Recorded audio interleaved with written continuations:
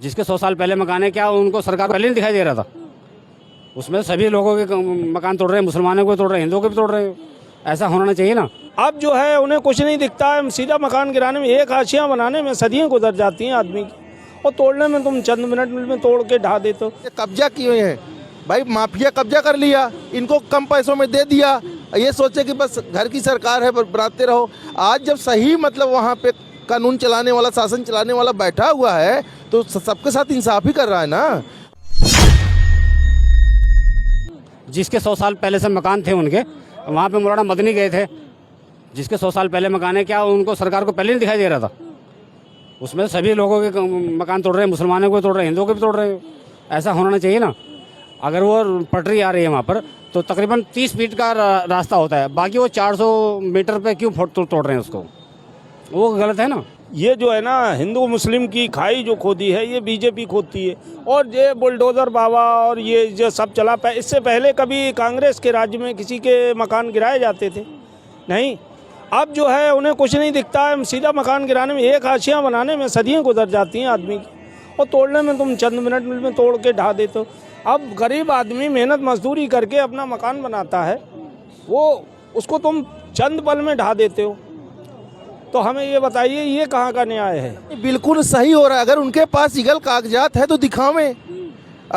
अगर उनके पास नहीं है, पहले मतलब क्या कांग्रेस की सरकार थी, उन्होंने ध्यान दिया नहीं, जो बनाते गए सब उनके बाप का माल था, बनाते चले गए। आज जब जिसकी जो संपत्ति वो खोज रहा है अपना, तो उसे वापस देना पड़ेगा। जितने हम तो ये कहते हैं कि जो संपत्ति है उसका उनसे मतलब कर सहित वसूला जाए। अगर जिसके पास कागज नहीं है ना, इतने साल से हो रहे हैं, उसका भाड़ा सहित गवर्नमेंट को वापस करे। अगर पहले से अगर तुमको लेना था, ये कब्जा किए हैं भाई, माफिया कब्जा कर लिया, इनको कम पैसों में दे दिया, ये सोचे कि बस घर की सरकार है बनाते रहो। आज जब सही मतलब वहाँ पे कानून चलाने वाला, शासन चलाने वाला बैठा हुआ है, तो सबके साथ इंसाफ ही कर रहा है ना। अगर गवर्नमेंट की ज़मीन है तो गवर्नमेंट लेगी, अगर उनका होगा तो क्यों लेगी? हम लोग भी तो प्रयागराज में रहते हैं, पहले वो भी यूपी था, तो क्या हमारा लोग का घर क्यों नहीं ले रही है? अगर वो गलत है तो गलत तो साथ देगी नहीं। अब दिल्ली में कोई केजरीवाल पानी बिजली सब फ्री दे रहा है, गरीबों को दे रहा है। जिसका 100 गज का जमीन है वो कम से कम 1 करोड़ का मालिक है, वो गरीब किस बात का है? तो ये जो केजरीवाल बिजली फ्री दे रहा है, पानी फ्री दे रहा है, अमीरों को दे रहा है। गरीब तो झुग्गी झोपड़ी में रह रहा है, उसी में है। आज भी मकान मालिक उससे किराया ले ही रहे हैं। जो मतलब किराएदार है उसको क्या मिल रहा है?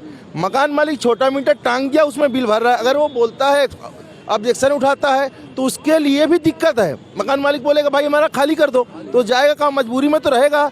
तो केजरीवाल जो भी कर रहे हैं, ये पैसा वालों के लिए कर रहे हैं, गरीबों के लिए कभी नहीं किए हैं।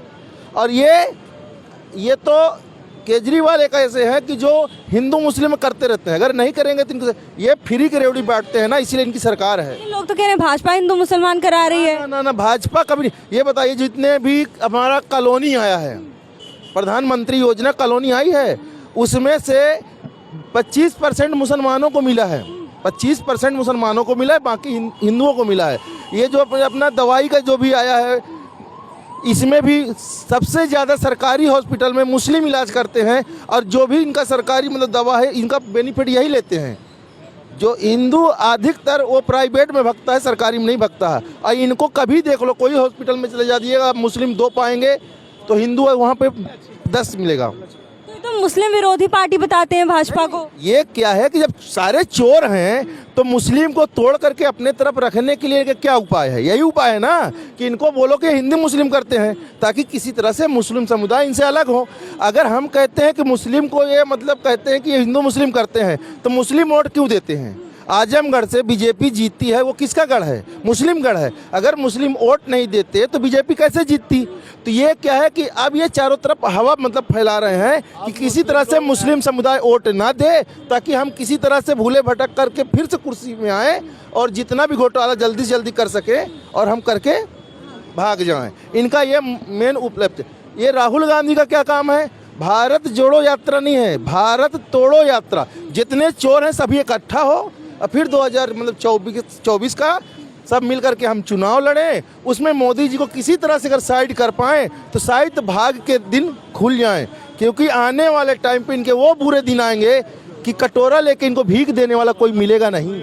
अच्छा, इतने लोगों का घर तोड़ दिया जाएगा तो अब वो कहाँ जाएंगे बेघर? उनको रहने के लिए सरकार, जो जिनके पास कुछ भी नहीं है उनको रैन बसेरा दे रहे हैं, तो उनको भी तोड़ेगा तो कहीं कहीं रहने के लिए व्यवस्था तो देगी।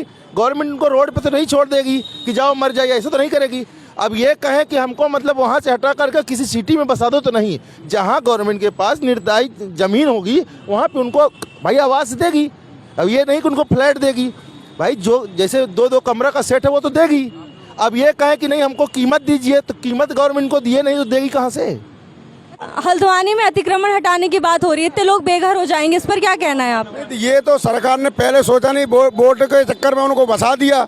अब मान लो कि सरकारी ज़मीन किसी की भी हो, रेलवे की है, तो वो कहीं तो उन्हें पहले बसाया। गलत राजनीति है ये, राजनीति है इसमें।